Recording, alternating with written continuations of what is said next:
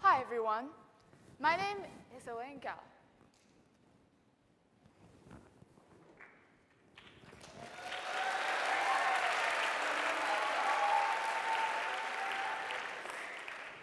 Now, you expected it, didn't you?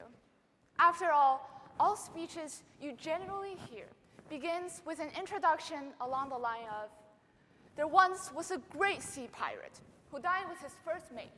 He told his first mate that he lost his arm in an epic sea battle. But as for his eye, it was a grapefruit that got him. Why? When the juice got squirted into his eye, he had forgotten that it was his first day with his new hook. Now, some of you laughed. I appreciate that. That is proof to me that I'm doing something right, because I've at least got your attention instead of a room of yawning people thinking about lunch. But don't start feeling bad for what I said, because if I were in your place, I'd behave no differently. An interesting speaker also arrests my attention, because it's not absolute torture to hear them speak. It's like what President Eisenhower once said. A sense of humor is part of the art of leadership, of getting along with people, and of getting things done. However, as I was preparing for this TEDx speech, or competing for my speech and debate class, I have discovered that the emphasis on humor, tone inflections, and body language even exceeded the importance of the content of my speech. As long as I was funny, it wouldn't matter if I was talking about how all donut shops are money-grubbing industries that dug a hole in your bread, or the racial inequality in our country. But since not only you, me, but all audiences enjoy jokes so much, I'm going to give you an entire speech today about jokes. First, we'll dissect the setup to the joke to analyze their potent abilities of diverting our attention. Next, we hit the punchline to discover why they take such prevalence over the actually meaningful substances. And finally, after we all get a good ha-ha, we'll learn to classify information not by their levels of amusement, but empirically and objectively. Now, don't you hate it when people answer their own questions? I do. In case you didn't notice, I just answered my own question. Humor is an incredibly handy skill set, and I have just proven it to you. The etymology of the word means liquid. By logical deduction, people with a natural sense of humor always possess a magnetic property. Other people gravitate towards them, but not always for the right reason. In fact, we revere our humorous leaders so much that we even classified a new term for them, charisma. But charisma without rationality is mere emotional manipulation. We have indeed seen in the recent years, with the exposure of media, that many candidates have been rendered more competent than they actually are, simply because they are charismatic. Putin, for example, has a penchant for cracking jokes.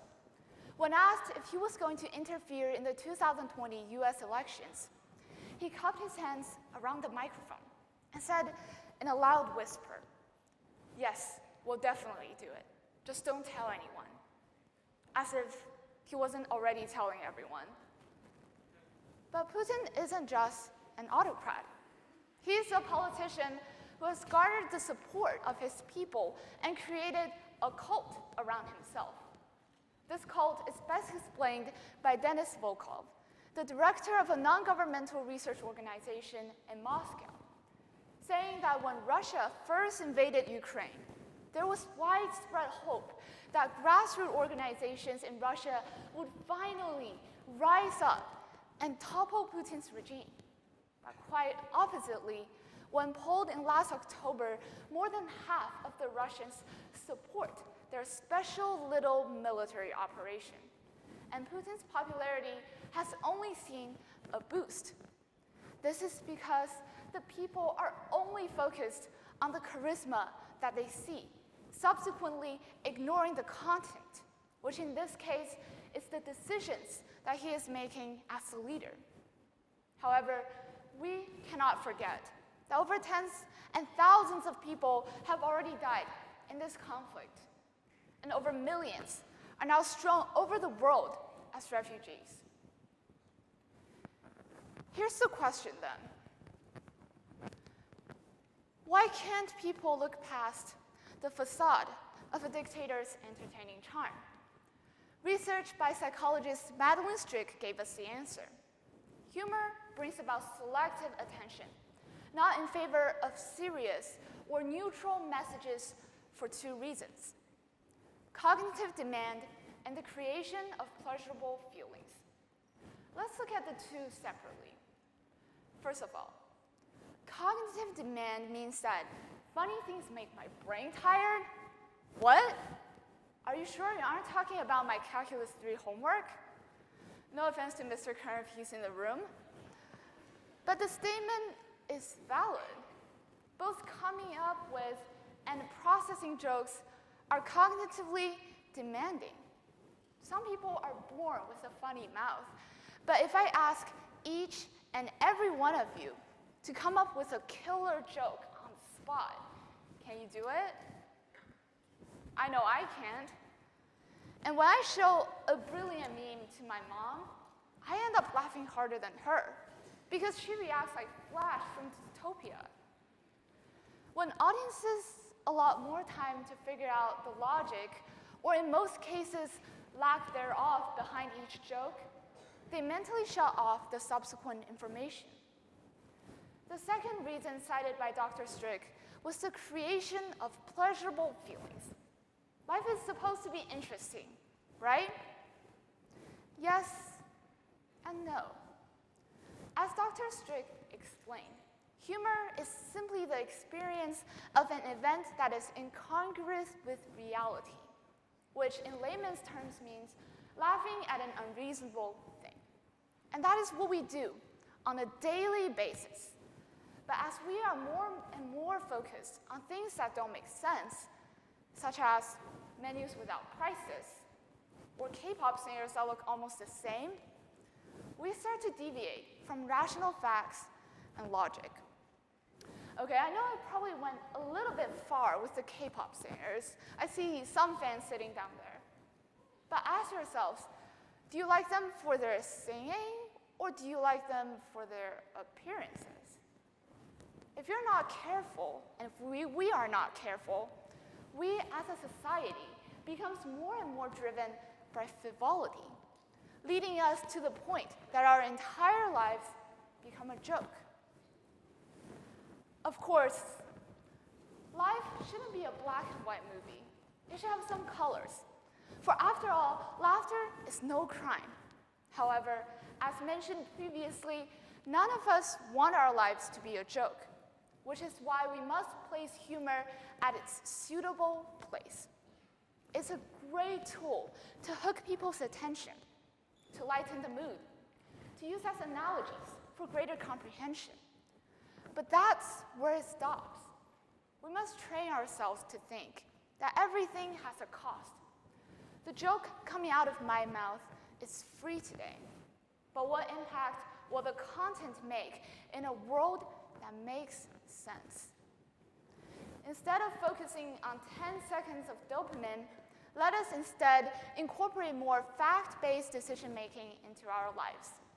As defined by Mike Mears, the former head of CIA, fact-based decision-making is a process of gathering data, of making non-judgmental analysis that contributes to your final conclusion. Sounds familiar? That is the classical research process. In business, this means weighing the metrics and the data to come up with the best financial decision. But this can also apply in our daily lives, influencing decisions such as who we vote for, or what kind of change do we want to make in this world. There are two pieces of advice I would like to leave you with today. First of all, always conduct your own research. The internet is literally at our disposal. So form your hypothesis, gather data, analyze, then conclude. The second suggestion is just as important. Remove your pre-existing bias.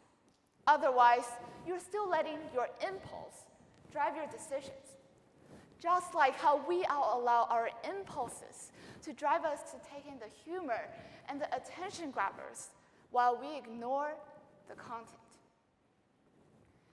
To be honest with you, I've never been a humorous or funny person in my life, in case you couldn't tell from this speech. But sometimes I feel as if I'm forced to become funny so as to get people to listen to what I'm talking about. But despite the change I forced myself to go through, I'm appalled to discover that frivolous wordplays had only obscured the messages I'm trying to convey. So ask yourselves, peeling away the successful or unsuccessful attempts at humor I employ today, does the content underneath matter? Why don't we start the whole thing from the beginning? Hi, everyone. My name is Elaine, and I'm here to talk to you about how an excessive amount of humor is undermining the meaningful conversations we need to be having. I hope that even if I'm not as funny as you like me to be, you're still paying attention. Thank you.